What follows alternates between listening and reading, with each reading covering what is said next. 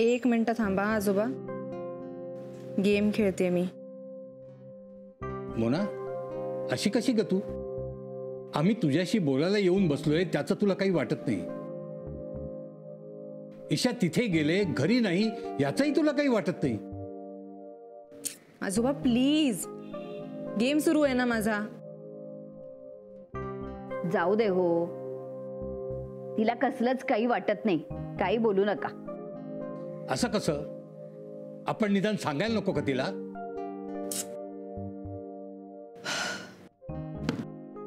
आता बोला, काय प्रॉब्लेम झालाय? ईशा इथे नाही याचं तुला काहीच वाटलं नाही? आजोबा मला कशाला काय वाटायला हवं? मला माहितीये ती तिकडे सुखात आहे. I know she is fine. आणि मी सुद्धा गेम मध्ये माझं मन रमवतेय ना, छान वेळ जातोय माझा. म्हणजे फक्त वेळ घालवणं हेच तुझं आयुष्य आहे का? काय काय करायचं ठरवलंयस तू? अगं तुला कसलीच काळजी वाटत नाही का? काय हवंय तुला आजी? मी काळजी करत बसायची, मी टेन्शन घेत बसायचं? तुम्ही दोघं सुद्धा तेच करता आणि मग माझ्या मागे लागता. निर्लज्जपणाचा कळस आहे अगदी. मागे लागणार नाही तर काय? आपली मुलगी कशी वाढते, तिचं सगळं कोण करते, तिचं पुढे काय होणार आहे, या सगळ्याचा तू विचार करतेस असं वाटत नाही? पण काळजी न करून जाणार कुठे आम्ही? आम्हाला तर बघितलंच पाहिजे ना तिच्याकडे. आजोबा मला काळजी करायला आवडत नाही. तुम्हाला काळजी करायची असेल तुम्ही काळजी करा. गेम खेळू प्लीज.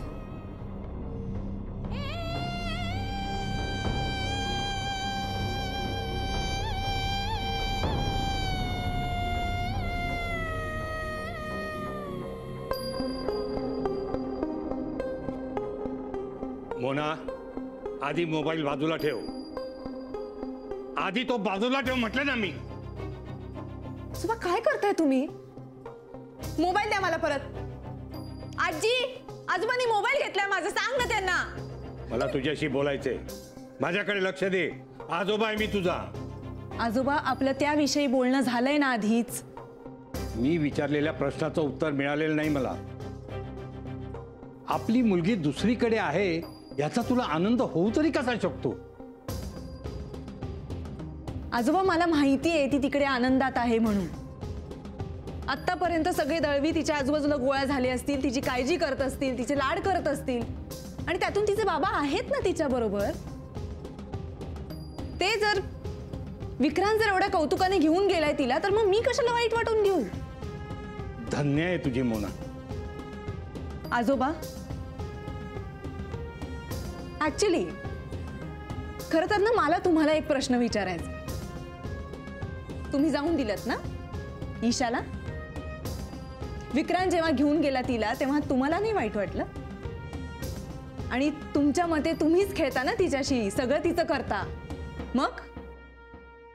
आणि मुळात ह्या सगळ्या गोष्टी तुम्ही मला विचारल्याच नाही, त्याचा राग मानून घेतला मी. अरे वा, बरीच आहेस की ग तू. आणि राग मानणारी तू कोण? आम्ही तिचं सगळं करतो ना म्हणून तिला हक्कानं जाऊन दिलं, कळलं? कारण विक्रांत तशी निदान इच्छा तरी व्यक्त केली, पण तू तर तिच्याकडे बघत सुद्धा नाहीस. तुम्ही मला न विचारता तिला तिकडे का जाऊ दिलत माहितीये तुम्हाला? मी सांगते, कारण तुमच्यासाठी तो आणि दळवीच महत्वाचे आहेत, मी नाही. तुम्ही कितीही म्हणाला तरी हेच खरंय आजोबा.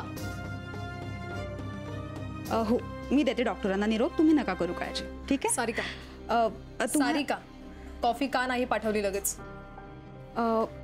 एक मिनिट हा, मी जरा फोनवर बोलते. ओ प्लीज, हे जास्त महत्वाचं आहे.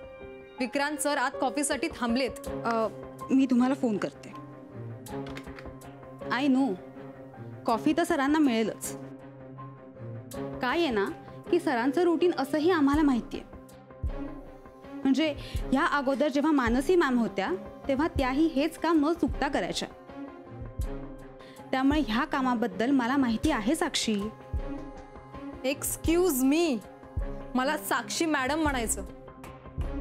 माझी पोस्ट तुझ्यापेक्षा वरची आहे, कळलं? प्लीज साक्षी, हे हॉस्पिटल आहे, इथे पेशंट्स असतात,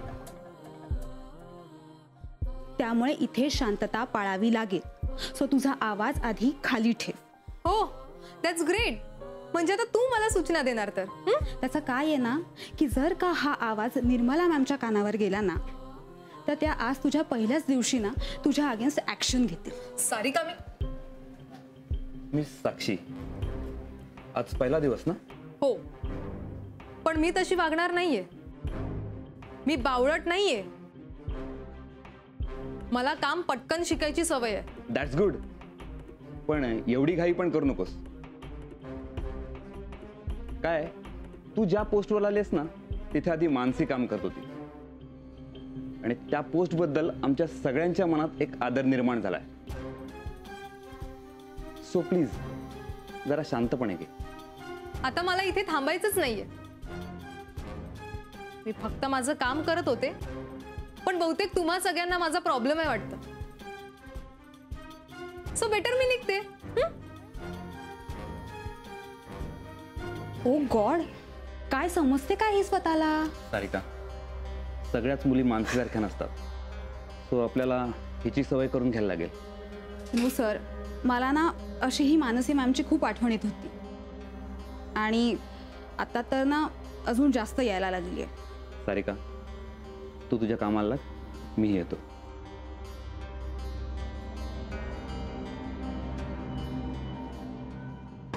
छान छान चोराच्या उलट्या बोंबा चालल्या आहेत. जाऊ दे ग मालती, बोलण्यात काही अर्थ नाही. तुम्ही दोघंही माझ्याशी असं का वागताय ना मला कळतच नाहीये. प्लीज माझ्याशी वाद घालू नका, प्लीज. ठीक आहे, वाद नको तर नको. मी तुला एक गोष्ट सांगते. शाळेत शिकली असशील पण आता लक्षात नसेलच. रायगडावरच्या हिरकणीच्या बुरुजाची गोष्ट माहितीये का? गडावरून दूध विकून निघायला उशीर झाला हिराला. पायथ्याशी तिचं घर होतं आणि घरात तिचं तान्हुलं होतं. त्याच्या काळजीनी तिचा जीव कासावीस झाला. आता आपल्याला घरी पोचायला उशीर झाला तर त्या तान्हुल्याला दूध कोण पाजेल? रात्रभर त्या आईशिवाय कसं राहील? या काळजीनी तिच्यात अचाट शक्ती संचारली आणि अत्यंत कठीण अशा वाटेनी ती गडाखाली उतरली. तिने बाळासाठी केलेल्या या पराक्रमामुळे त्या कड्याला तिचं नाव दिलं, हिरकणी बुरुज म्हणून. ही खरी आई. आजी प्लीज. काय प्लीज? काय प्लीज? अगं, प्राणी सुद्धा आपल्या पिल्लांपासून दूर जात नाहीत. आकाशात हिंडताना त्या घारीचं लक्ष असतं आपल्या पिल्लांपाशी. ईशाला का पाठवलं म्हणून तू विचारतेस ना? त्याचं उत्तर आहे तुझ्यातली बेजबाबदार आई. एक मिनिट आजी, वेळ आली की मी माझी जबाबदारी घेणारच आहे. मी सुद्धा गप्प बसणाऱ्यातली नाही. आणि माझी वेळ आली ना की तुम्हाला कळेलच हिरकणी आपल्या बाळाला कशी भेटते ते. म्हणजे काय करणार आहेस? मी जे काही करणार आहे ते मी आता तुम्हाला सांगणार नाहीये आजी. मग कधी सांगणार आहेस आणि कधी घेणार आहेस जबाबदारी? सांग. आता सांगूनच टाक तुझ्या मनात काय चाललंय ते. या म्हाताऱ्या आजी आजोबांना एकदा काय ते स्पष्ट सांगून टाक. तुम्ही दोघंही प्लीज प्लीज वाद घालू नका माझ्याशी या विषयावर, प्लीज. तेच आम्हाला सारखी गप्प करत राहा आणि आमच्यावरच उलटे आरोप करा. कठीण आहे का आपलं मालती, खरंच कठीण आहे. प्लीज मला मोबाईल मिळेल का? तुमच्याशी बोलून ना माझा स्ट्रेस वाढतो. गेम खेळून किमान स्ट्रेस तरी रिलीफ करेन मी. प्लीज द्या.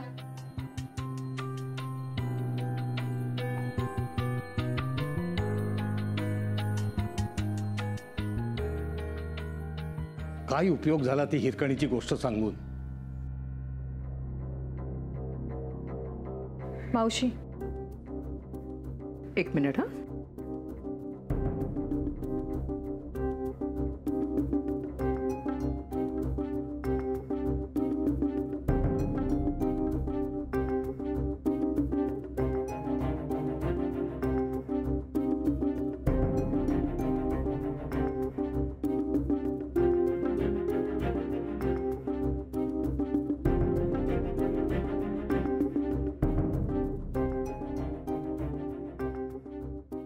बोल.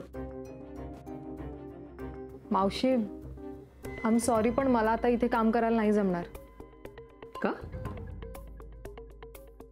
आणि इतक्या लगेचच काय मला हे सांगतेस? म्हणजे येऊन जस्ट 2च दिवस झालेत तुला. तेच तर ना मावशी, फक्त 2 दिवसांमध्येच मला इथे घुसमटल्यासारखं वाटतंय. का पण?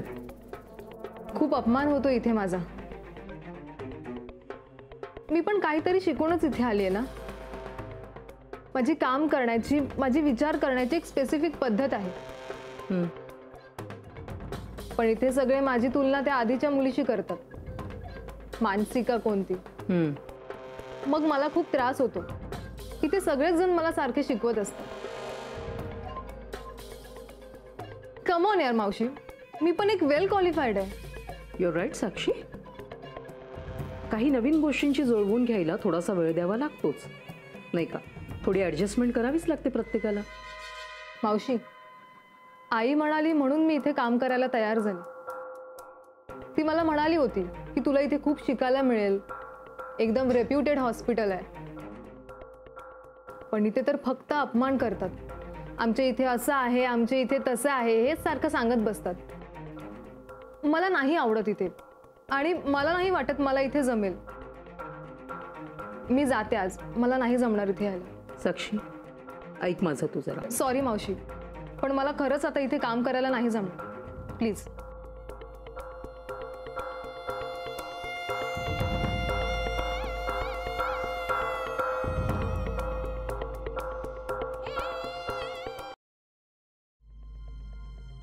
Sir, coffee.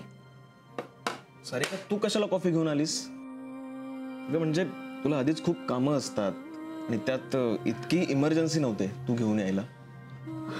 It's okay sir. Sir, ह्या तुम्हाला 2 फाईल्स हव्या होत्या ना? त्या इथेच होत्या मानसी मॅमच्या डेस्कवरती. ह्या घ्या. Thanks. I am sorry sir, आज तुम्हाला कॉफी द्यायला जरा उशीर झाला. ॲक्च्युली कसं आहे ना की रोज मानसी मॅम स्वतःहून येतात आणि हे काम सांगून जातात. आजपासून त्या. Sarika, it's okay. इतका काही उशीर झालेला नाहीये. ओके, काय झालंय? ॲक्च्युली साक्षी मॅम बाहेर आल्या होत्या. वेळेत कॉफी मिळाली नाही म्हणून त्या जोरात बोलत होत्या. आम्ही रिसेप्शनमध्ये त्यांना सांगितलं की इथे पेशंट्स असतात, इथे जोरात बोलू नका, इथे हळू बोलावं.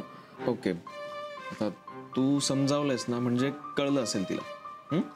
हो सर, पण तिथे जे पेशंट्स बसले होते त्यांच्यासमोर आपलं इम्प्रेशन तर वाईट झालं ना. म्हणजे स्टाफपैकीच कोणी एवढ्या चढ्या आवाजात बोलत असेल तर ते बरं दिसतं का सर? मला तर खूप वाईट वाटलं. म्हणजे सर, आत्तापर्यंत तुम्ही आणि निर्मला मॅमनी आम्हाला जे शिकवलं ना, आम्ही तेच करत होतो. ठीक आहे सारिका, होतं असं कधी कधी. तू फारसं मनाला लावून घेऊ नकोस. सर, पण मानसी मॅम का येत नाही आहेत? म्हणजे त्यांच्या लग्नाला तर अजून बरेच दिवस आहेत. सो तोपर्यंत त्या का येत नाही आहेत? नाही म्हणजे काय झालंय की आम्हाला सकाळपासून ना त्यांची खूप आठवण येते. त्यांचा गोड आणि हसरा चेहरा दिसला ना की दिवस अगदी छान जायचा. पण आहेत कुठे त्या?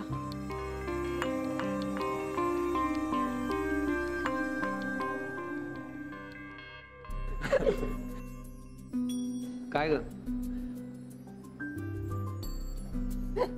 इतकी थांबतच नाहीये. कोणीतरी खूप आठवण काढतंय वाटतं. नाही नाही, तसं नाही. मला लागते अधूनमधून उचकी.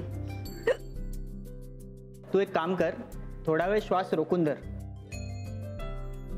थांबली? I hope so. मी सांगू शकतो कोण आठवण काढतंय. ईशा दुसरं कोण? नाही रे, नाही, आय एम शुअर तिला सुद्धा इतक्याच उचक्या लागत असतील. अच्छा अच्छा, म्हणजे तुला ज्या उचक्या लागायच्या त्या अशाच लागायच्या ना? अरे जरा थांब. आता हा सांगणार नाही किंवा असेल तरी बोलणं टाळे, पण तुझा फोटो बघितल्यापासून याची अवस्था पण उचकी लागण्यासारखीच होती. काहीही सांगताय बरं का, हे काहीही सांगताय. काहीही काय मानसी, फक्त तुझ्यासाठी मुंबईमध्ये याने ट्रान्सफर मागून घेतली. आणि तुला माहिती आहे का, याचं प्रमोशन ड्यू होतं ते त्यांनी पोस्टपोन केलंय. नाही नाही, ड्यू वगैरे काही नव्हतं. तू काय सांगतोय? आणि प्रमोशनचा राहिला प्रश्न, तर माझा एक मित्र आहे, त्याची बदली झाली होती मुंबईला. त्याला काही कारणानिमित्त मुंबईत जायचं नव्हतं, मग त्याला मदत व्हावी म्हणून मी मुंबईत ट्रान्सफर मागून घेतली. म्हणजे मानसी तुला आवडली नाही तर? मानसी तू प्लीज यांच्याकडे लक्ष देऊ नको. बरं ऐक ना, माझं एक तुझ्याकडे महत्वाचं काम होतं.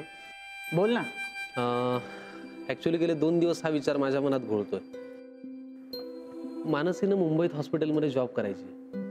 आता इथे बेंगलोरमध्ये जर तुमच्या पाहण्यात असं काही असेल तर प्लीज पहा, बघा आणि आम्हाला सांगा. अच्छा. अरे पण आम्ही काय बघणार? बघितलं मानसी, सतत तुझा विचार करतो हा. तुम्ही जरा थांबाल का प्लीज? घ्या, आता काय खाताय का खाताय? घ्या प्लीज, घे ना पंकज प्लीज. आता तू तरी मला चिडू नकोस, असं काही नाहीये. काय तुम्ही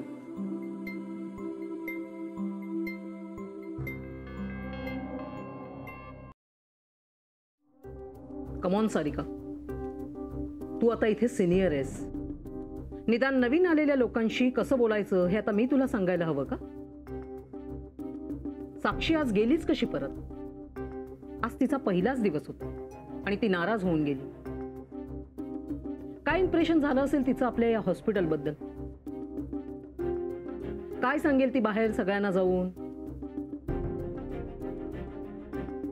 ठीक आहे, ती एक हुशार डॉक्टर आहे, मी समजावेन तिला.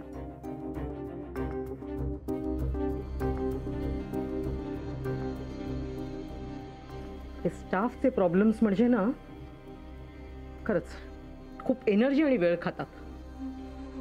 पण आत्या तू सारिकाचं बोलणंच ऐकून घेतलं नाहीस. ती इतकी घाबरली होती की काही बोललीच नाही. तू बोललास का साक्षीशी? नाही. आता तू जर ईशाला इथे घेऊन यायला लागलास तर तुला तरी वेळ कुठून मिळणार म्हणा नव्या स्टाफशी बोलायला? आत्या, स्पष्टपणे सांगायचं झालं तर मला साक्षीचं वागणं पटलेलं नाहीये. हो, म्हणजे ती माझ्याशी अदबीने वागलीये, बोललीये, पण ज्या सुरात ती सारिकाशी बोललीये ते मला जरा खटकलंय. हां, मी तिचं काम अजून पाहिलं नाहीये, सो लेट्स सी.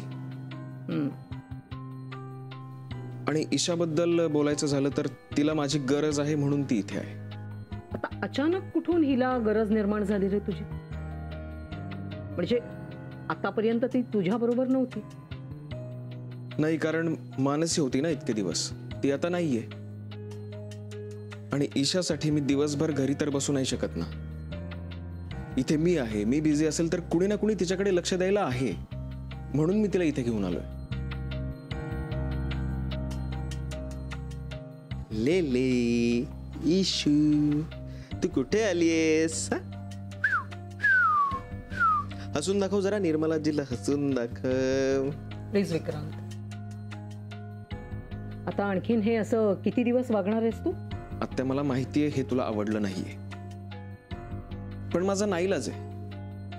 हे बघ, ईशाचं आमच्या घरी असणं जोपर्यंत सुसह्य होत नाही तोपर्यंत मला तिला इथे आणावंच लागणार आहे. I can't help it.